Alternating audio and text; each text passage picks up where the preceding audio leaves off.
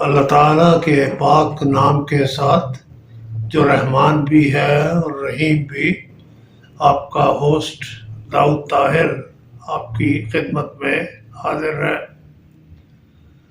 Viewers, آج میں جس شخصیت کا ذکر آپ کے سامنے کرنے والا ہوں وہ پاکستان کے محسنوں میں سے تھی، لیکن افسوس کہ ہم انہیں بھلا چکے ہیں،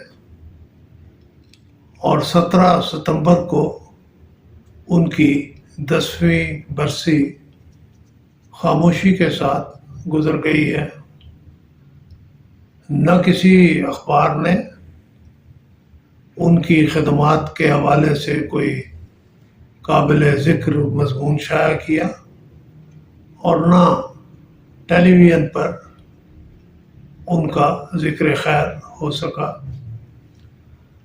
یہ ایک افسوسناک خبر ہے، لیکن شاید ہم اپنے محسنوں کے ساتھ اسی طرز کے سلوک کے عادی ہیں۔ یہ محسن پاکستان کون تھے؟ راجہ تری دیو رائے مذہباً بدھ تھے۔ سابقہ مشرقی پاکستان اور موجودہ بنگلہ دیش کے چٹاگام ہل ٹریکٹ میں آباد چکما قبیلہ کے سردار اور اس قبیلہ اور اس علاقہ کے وہ راجہ تھے۔ بڑی خوبصورت شخصیت کے مالک تھے۔ وہ الیکشنز جن میں شیخ مجیب الرحمن ایک بھاری اکثریت کے ساتھ مشرقی پاکستان سے جیتے تھے، ان میں راجہ تری دیو رائے 2 امیدواروں میں سے ایک امیدوار تھے، جنہوں نے بطور انڈیپینڈنٹ اپنے حلقے سے الیکشن جیتا۔ جب مشرقی پاکستان میں ہنگامہ شروع ہوا، جو بالآخر جنگ پر اور پھر ملک کے اس حصہ کی ملک سے علیحدگی پر منتج ہوا، تو راجہ تری دیو رائے نے اس وقت کی جو کرنٹ فورسز تھیں اور جو اس علاقے پر حاوی ہو چکی تھیں، مثلاً مکتی بانی وغیرہ، ان کا ساتھ دینے سے انکار کر دیا اور غیر جانبدار پوسچر اختیار کیا۔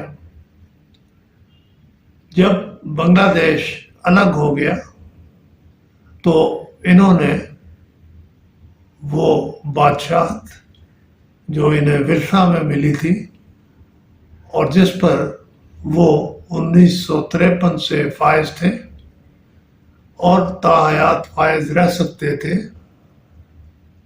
انہوں نے تیاگ دی، اپنے بیٹے کے حق میں تخت سے دستبردار ہو گئے اور خود مغربی پاکستان یا باقی ماندہ پاکستان میں آ گئے۔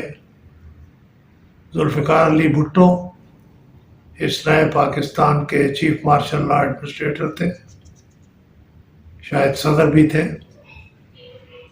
انہوں نے تری دیو رائے کی عزت و احترام کا سلسلہ جاری رکھا اور انہیں اقلیتی امور کا وزیر مقرر کیا۔ پھر انہیں تا حیات وزیر کا درجہ بھی دیا گیا، لیکن مارشل لا 1977 میں جو آیا صدر ضیاء الحق کا، اس کے بعد حکومتی معاملات میں ان کا عمل دخل تقریباً ختم ہو گیا۔ پھر نہ جانے کس کو خیال آیا 1981 میں انہیں ارجنٹائن میں پاکستان کا سفیر بنا کر بھیجا گیا، اور ساتھ بہت سے ملکوں مثلاً چلی، یوروگوئے، ایکویڈار اور ایک آدھ اور ملک پہ بھی انہیں سفارتی فرائض سر انجام دینے کا موقع ملا۔ ان کے زندگی کا ایک اہم واقعہ یہ ہے کہ جب بنگلہ دیش نے UN میں ممبرشپ کے لیے درخواست دی تو پاکستان سے جو وفد حکومتی موقف بیان کرنے کے لیے بھجوایا گیا، راجہ تری دیو رائے اس کے سربراہ تھے، لیڈر تھے اس وفد کے۔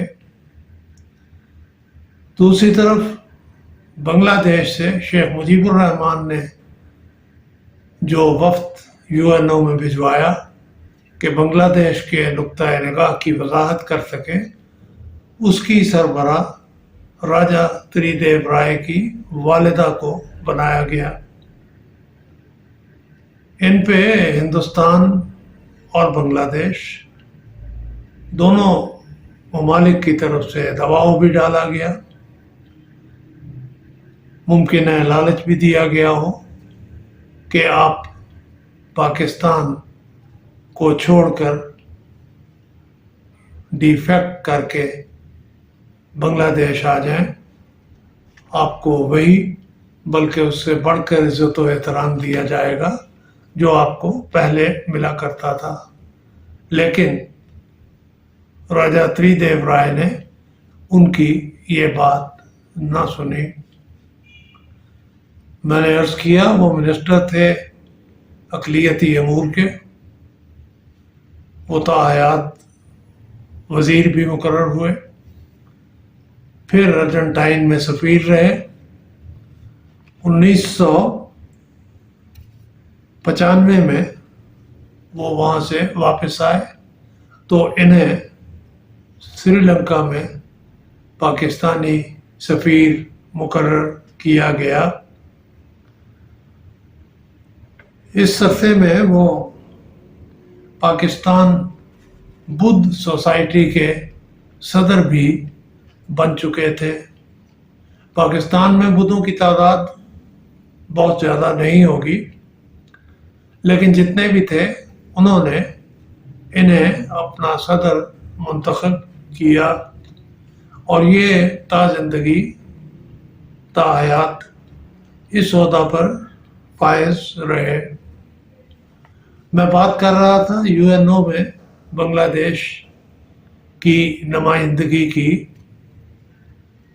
جب پاکستانی وفد واپس آیا تو ذوالفقار علی بھٹو اور کابینہ کے تمام اراکین نے ہوائی اڈے پر پہنچ کر راجہ تری دیو رائے اور وفد کے باقی اراکین کا استقبال کیا۔ یہ ان کے لیے ایک ایسا اعزاز تھا جو کم لوگوں کو حاصل ہوتا ہے۔ یہ بھی کہا جاتا ہے کہ بھٹو نے انہیں 1973 کے آئین کے تحت صدر پاکستان بنانے کی پیشکش بھی کی تھی، لیکن نئے نافذ العمل ہونے والے دستور کے تحت کوئی غیر مسلم پاکستان کا صدر نہیں بن سکتا تھا۔ انہوں نے صدارت کے لیے اپنا مذہب نہ چھوڑنے کا فیصلہ کیا، صدارت قبول نہیں کی۔ وہ پاکستانی صدارت کو گلٹڈ کیج کہا کرتے تھے، ایک سنہری پنجرہ جس میں آدمی قید ہو کر رہ جاتا ہے اور اس کی بے اختیاری انتہا کو پہنچ جاتی ہے۔